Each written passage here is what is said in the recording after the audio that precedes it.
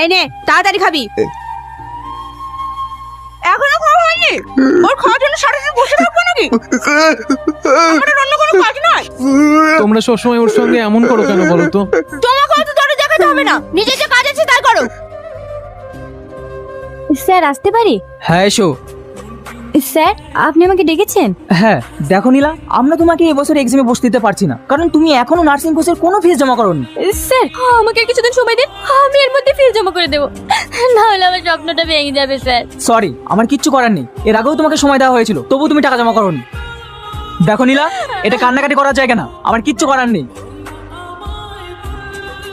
মা ভীষণ খিদে পেয়েছে, তোর আব্বাকে বাজার করতে পাঠিয়েছি, বাজার থেকে আসলে রান্না করবো। হ্যালো বুবু, তুমি বাড়ির সময় আমার জন্য একটা অঙ্ক খাতা নিয়ে আসবা। আব্বাকে 4 দিন ধরে বলছি, তাও আব্বা এনে দেয়নি। কালকে আবার পড়া আছে, না গেলে স্যার আবার বকবে।